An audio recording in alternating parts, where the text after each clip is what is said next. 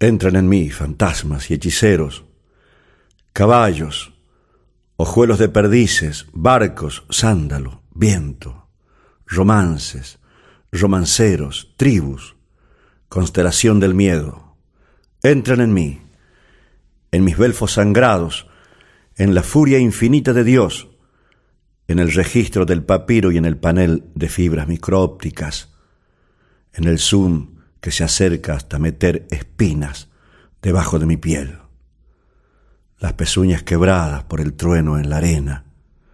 Entren en mí, Hernández, León Felipe y las llagas que tiene García Lorca.